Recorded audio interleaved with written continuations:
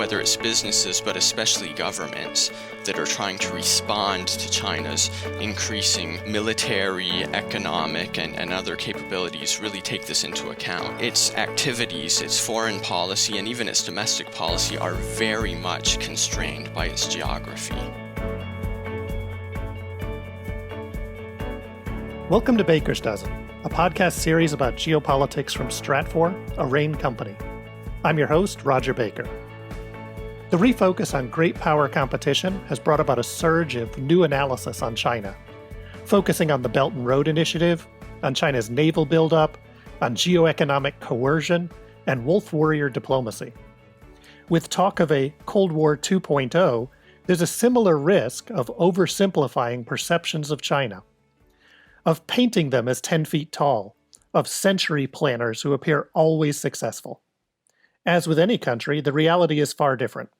China's leadership is perhaps even more concerned about their domestic socioeconomic balance than it is about U.S. FONOPs in the South China Sea. I'm joined today by Michael Cunningham, a geopolitical analyst and China watcher who has assisted multinational corporations as they manage and maneuver changes in China's political, regulatory, and security environment.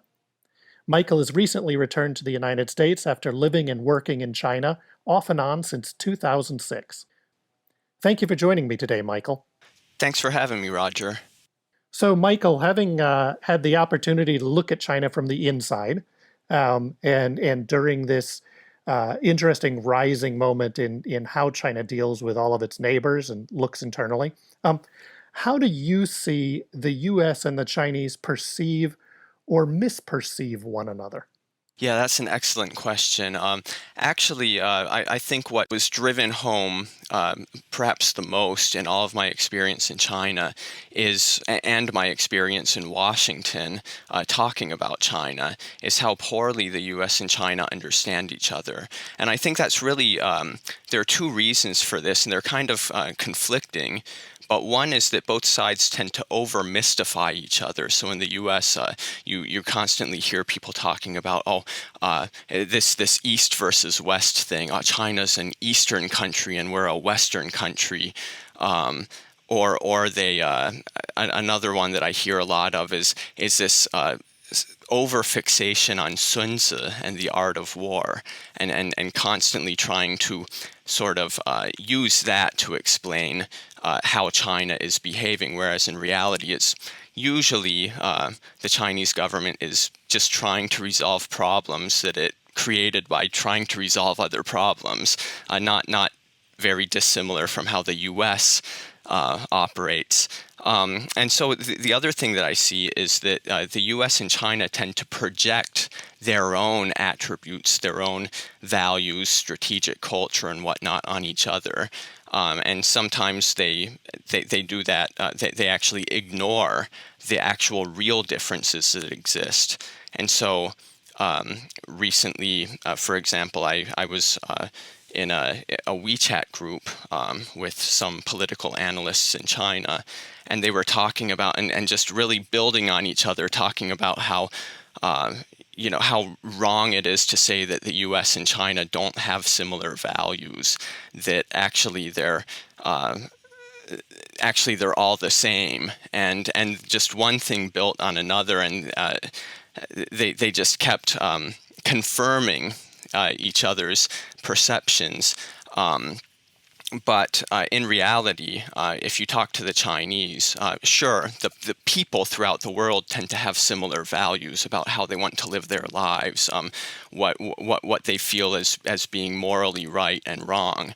But political values of China and the U.S. are very different. And it may sound politically correct to say, oh, we're all the same, we all want the same things. But try convincing the Chinese that. For example, I think one huge failure in U.S. policy over the years, which actually, to their credit, the most recent couple of U.S. administrations have toned this down quite a bit, but it was that stated desire for China to become democratic.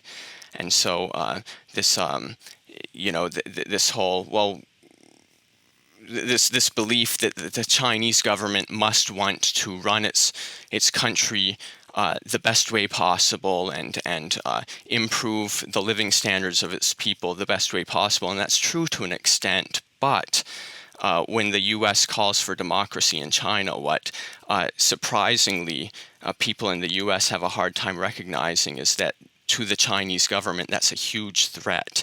And the Chinese government actually views such statements as calls for regime change. And so these are some of the, I guess, some of the areas where perceptions of China by the U.S. or of the U.S. by China tend to actually create more harm than good. Well, as you note, the U.S. perception of China is shaped by things like the idea that the East must be very different than the West. That Sun Tzu is the font of all wisdom in China. These days, that the Warring States period is the definition of how China looks at everything internationally and strategically. The idea that the U.S. plays checkers or at best plays chess, but the Chinese play Go, and all of these analogies of highlighting significant difference. What was some of the ways, though, that you saw the lens that the Chinese saw the United States through? That was actually fascinating. So I can use an experience from back in 2008 to describe that. So I was back in 2008. I spent some time studying international relations at Tsinghua University. And I was in this class, and the classes they were not geared towards foreigners. I was auditing these classes, but all of my classmates essentially were Chinese. The professors were Chinese. And so it was a very interesting opportunity to sort of see how they teach and how they perceive various political topics. And they tended to focus on the U.S. because obviously there's a lot you can't really talk about openly with regards to China. And so a lot of the examples they would use when the U.S. did this or did that. And the most fascinating, one of the most fascinating things I've ever heard about the U.S. was how they taught what made the U.S. the most powerful country on earth was some supposed strategic decision back in World War II to let the two sides slaughter each other and then come in at the end and recreate the world in the U.S.'s own image. So you come in at the end when both sides are just exhausted and have just been beaten to a pulp, and you lay down the law. And I had to admit that's a fascinating and brilliant strategy. And I wouldn't put it past the Chinese to think up such a strategy. In fact, they have thought it up in retrospect. But they just completely ignored or didn't understand how the U.S. operates and the domestic impediments to the U.S. getting involved prior to the bombing of Pearl Harbor. So that was I think essentially the same thing that the U.S. does to China. Was China sort of takes its strategic culture, its values, and China is a very, very realist country. So it's driven by realism, and it views the U.S. as the most powerful country on earth, as the most hard-nosed realist on the planet, whereas many of us in the U.S. would hope the U.S. would be a little more realistic and act a little more in accordance with national interest as opposed to some of its other objectives of democratization and whatnot overseas. Well, it's an interesting, a way that we see on both sides this application of agency in outcome. In other words, the idea that if a certain outcome happened, it must have been intentional. The U.S. must have decided to wait. The simple fact that the U.S. ultimately was late coming into World War II and ended up shaping the international system, doesn't necessarily mean that was the intent. And similar, I think, as some people look at the evolution of Belt and Road, there's going to be similar ideas. The idea, well, was China going out to connect the entire Eurasian landmass and create Mackinder's world island and dominate the world, or are there other aspects that drive that? One of the things I'd like to get your thoughts on is moving in internally, because of course China is this complex space, just as the Chinese view the U.S. as this realist monolith, at least at the surface level. The U.S. looks at China as this single entity, that everybody who is Chinese in China is the same, except maybe over on the fringe with the Uyghurs and the Tibetans, and that monolithic concept. But China is a much more complicated place. If you were to step back and kind of pick it apart from a geopolitical synthesis or an analysis to break pieces up, how would you look at the interior dynamics of China? Yeah, this is actually probably one of the least understood aspects of China, as you said. And I think it comes because when we talk about it and we conduct studies on international relations, we're always looking at the state. But as you said, it's not the state that's acting. It's not acting as a whole, but it's really a process which, I think you mentioned at the beginning of this podcast, that China its actions, even its foreign policy, are caused a lot more by what's happening in China than what's happening on the outside. And so, China is it's one of the most complicated countries, complex countries on the planet. So it has a huge number of overlapping, sometimes conflicting interests among different government bodies and different politicians. So another thing that happens is the central government, it makes these broad policy statements, but the actual governance and the actual implementation is really up to a massive army of local officials, which all have different interpretations and different interests and different levels of compliance themselves. And so China, whereas some people would look and it's true, they'd say, well, China has perhaps one of the most coherent long-term policy directions among major countries, and it has a pretty coherent national strategy. But that's just on the surface. Under the surface, there's a lot of infighting. There's a lot of cutthroat competition among government officials, and there's a lot of competing interests, even national interests that are competing, just like you'd see in the U.S. or other countries that have a lot of priorities. So I think a couple key points about China's domestic situation is that, number one, the officials, they don't answer to the people, but they answer to a much smaller group of senior officials more senior than they are, who then answer to officials who are above them. And that's how it goes, sort of more similar to a business than a government.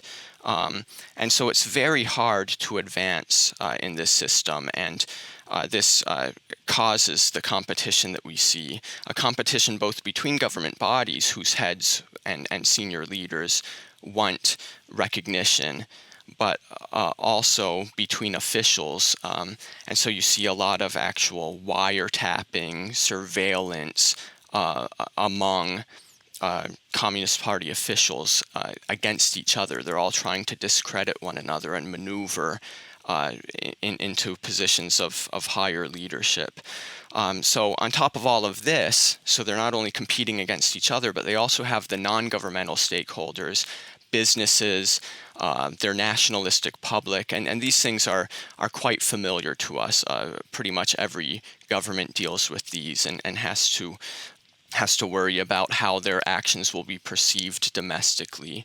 So the result is that, as you said, the main driver of China's domestic policy is domestic politics.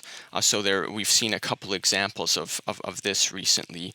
Yang Jiechi's, his diatribe in Alaska in March, it was carefully scripted, not as brilliantly performed as perhaps you might expect, but brilliantly or carefully scripted, both so that his superiors in Beijing and the nationalistic public would be proud of him and pleased with what he said. So according to people I've talked with who are familiar with the proceedings of that meeting in Alaska, as soon as the camera stopped rolling, Yang's tone completely changed, and he was almost, I don't want to say pleading, but he was very urgently and earnestly asking his U.S. counterparts to return to the bargaining table to bring back the strategic dialogues. Another example, and I think this is a much more dangerous example, is how we see a lot in the U.S., how we see the situation unfolding in Taiwan. So based on academic theory, and it's very good, very coherent academic theory, the idea would be that China wants to take control of Taiwan as part of its play for regional dominance. And so it's a geopolitical thing. But in reality, the Chinese government's main interest in Taiwan is not to permanently lose claim to the island. So for this reason, it wants to avoid war at all costs, because it fears that if the war doesn't go in its favor, then essentially it's lost Taiwan permanently. It would, I guess, function similar to the War of 1812 in the U.S. After that war, it was pretty much clear to the U.K. that the U.S. can hold its own still, and that was a turning point there. So it would be a similar type of turning point for Taiwan. So it's China's actions right now are very much aimed at preventing what it honestly believes, and it sounds ridiculous to those of us more familiar with the situation in Taiwan and in Washington, but its leaders have a very low tolerance for this type of risk, and they honestly believe that Taiwan is moving towards independence, or the U.S. is moving towards recognizing Taiwan. And so everything they're doing is to prevent that type of action, because they would have to respond militarily. Their nationalistic public would not let them not respond, and they feel that a failure to hold on to Taiwan, anything they do that would result in losing Taiwan permanently, would be the end of the senior officials' careers. But it also, I'm more skeptical about this, but the Chinese government or the Communist Party believes it could even lead to their downfall. So another example of how it's very much domestic politics that's driving policy, foreign policy, more so than these geopolitical interests. Hold that thought a moment. We'll be right back. Welcome back. When we look at an oversimplified history of China as a great power throughout history, we see that pattern of consolidation of a very complex polity across a very large geography, then the rapid and large-scale expansion of a bureaucracy to be able to manage that, and ultimately the devolution of power to that bureaucracy, that the local interests become more powerful almost than the central dynamic. And that then when there is a strain or a stress, the system breaks down and there's a reassertion of power, a re-centralization, and things of that sort. And I think that recognition of history and that pattern is something that, in part, we see the Communist Party leadership trying to manage today by partially re-centralizing power under Xi Jinping, and also, trying to retake control of some of these regional dynamics. But the tighter they try to re-centralize power, the more they challenge some of the localized interests that have been built up over periods of time, and the more they run the risk of some form of factionalization reasserting itself in China, and becoming stronger. And I wonder, in that domestic dynamic, as you've talked about, have you seen, because in the West, there's a clear perception that Xi Jinping was a fundamental break in China. And in some ways, we could say that certainly in the post-Deng era, there is a pattern break where you move from consensus politics to strongman or individual to allow, in some ways, China to be able to make more rapid decisions, respond better, but also it ends up consolidating on a single person. Have you seen a change in tone over your time and interactions in China in the way in which they perceive either these domestic or their international position that coincides or parallels with that transition of power to Xi Jinping? Yes, that's a very good question, and definitely. So I guess when I first arrived in China, there was this almost this worship of all things foreign, and that changed. In fact, I remember, and it actually in some ways, it's actually more pleasant now because you don't have as many people lining up to take pictures with you or, to practice English with you or something. But on the other hand, there is sort of more of this triumphalism and just random conversations, especially when you get out into the countryside. I just spent a month traveling around rural China, and it was an amazing experience. It was really nice, but one thing that I noticed was just the random person that you talk to, from a taxi driver to a tourist from elsewhere in China to just the locals.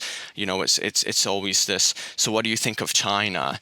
And then they, you don't want to be rude and point out the negatives. You're only going to focus on the positives, and they just build on that, and they keep going and going and singing praises to their government and to the great rejuvenation, and then proceed to denigrate the United States, not even considering that would be impolite to do to an American. So it's definitely there. The entire tone has changed in China. You mentioned before, in talking about Taiwan or in talking about the incident in Alaska, how the domestic constituency shapes the outside policy or shapes the foreign policy of China. What are some of the ways that you're seeing, or that we're seeing, the changes or the evolution of China's outside policy and the way it's interacting and its priorities? Okay, so China has, it's over the years definitely gone from having just a small set of interests abroad. And, back in those days, there was this debate over, well, what should our focus be? Should it be on the developed countries like the United States, the great powers? Or should we be focusing on our peripheral diplomacy? Or should we, with Southeast Asia, South Asia, and whatnot? Or should we be focusing on the developed world? But currently, it's basically yes, all of the above. China has so many more interests overseas, from through the Belt and Road, through all of its massive amounts of investment all throughout the world, Chinese personnel living throughout the world, and so it's really gotten to the point where, although it still talks about how we will never seek to expand, we will never try to be the world police or whatever, and criticizing the U.S. on these accounts. Very much it does have more and more operations overseas, and it probably will. So previously it spent, I don't know how many years,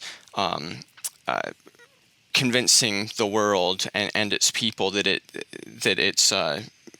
it will never have overseas military bases, and that its facility in Djibouti was not a base and would not be a base. And then a couple years ago, when it opened up as a military base, as China's only military base overseas, that I think it really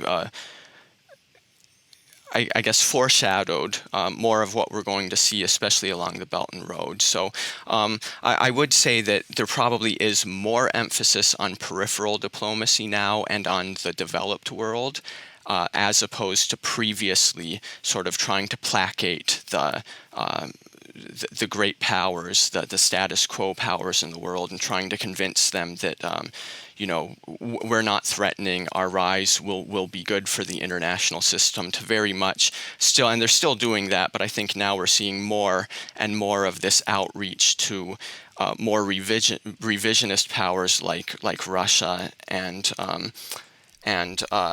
sort of the developed world that has very much been left behind, or the developing world that has very much been left behind, and sort of this, we are here to help support you and to improve the international system.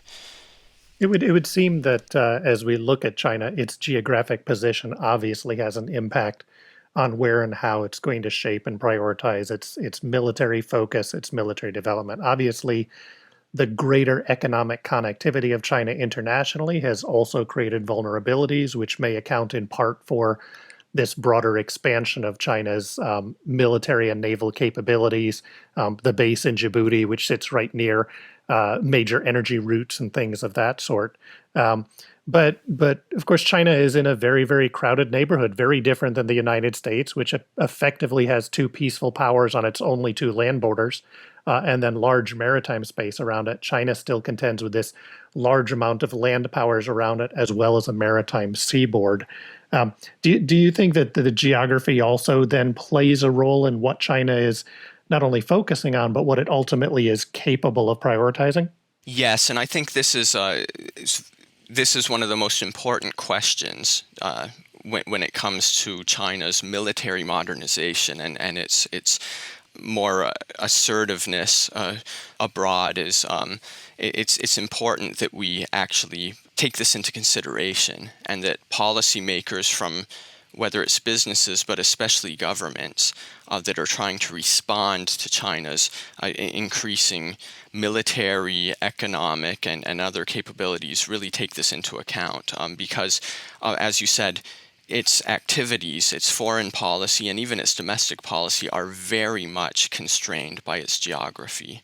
So looking at this, I guess just geographically, China has, as you said, it has lots of, it's in a crowded neighborhood. So it has land borders with 14 countries. That's more than any other country in the world. And its relations with many of these countries are quite tense. So it has a great relationship with Russia right now, but that relationship is based on mutual interest, mutual opposition to the U.S., to U.S. dominance. And in talking with people in China, I don't have as many friends in Russia to speak with, but in talking with my Chinese friends, they don't necessarily trust Russia. That's one issue, is just the land borders, the sea borders with many other countries, and large amount of territorial disputes. So really, and adding on top of that is that China's border regions tend to be from Tibet, Xinjiang, Inner Mongolia, even its regions you don't really talk about as much, like Yunnan and Guangxi. These are regions that are very much made up of minority groups, and these minorities, ethnic minorities, are often ethnically, culturally, and sometimes religiously more akin to the countries surrounding them. And so China is although it doesn't have serious security dilemmas in these areas, and there are not really threatening separatist movements, although there have been to an extent in the past in some of these areas, China is very concerned about these areas. And so whereas the U.S., as you said, it's bordered by two countries, both of which it has a great relationship with, and neither of which is a military threat, a threat to its national security. So we have in China, we have many, many, many border countries. We also have these border regions within China. And these prevent China from being able to take its military and just shift it overseas to the extent the U.S. can. So the U.S. fights, it protects its national security mostly overseas, whereas China is going to have to protect its national security much closer to home, focused on its border regions, which it does now, and also focused on its periphery, which includes many great powers. I think this is probably the most important thing. When we talk about China rivaling the U.S. for hegemony, one thing that we often don't consider is that the U.S. is the sole hegemon, the sole great power, essentially, in the Western Hemisphere, whereas China has to deal with Russia, Japan, India, all sorts of countries. Even South Korea is a force to be reckoned with, and especially if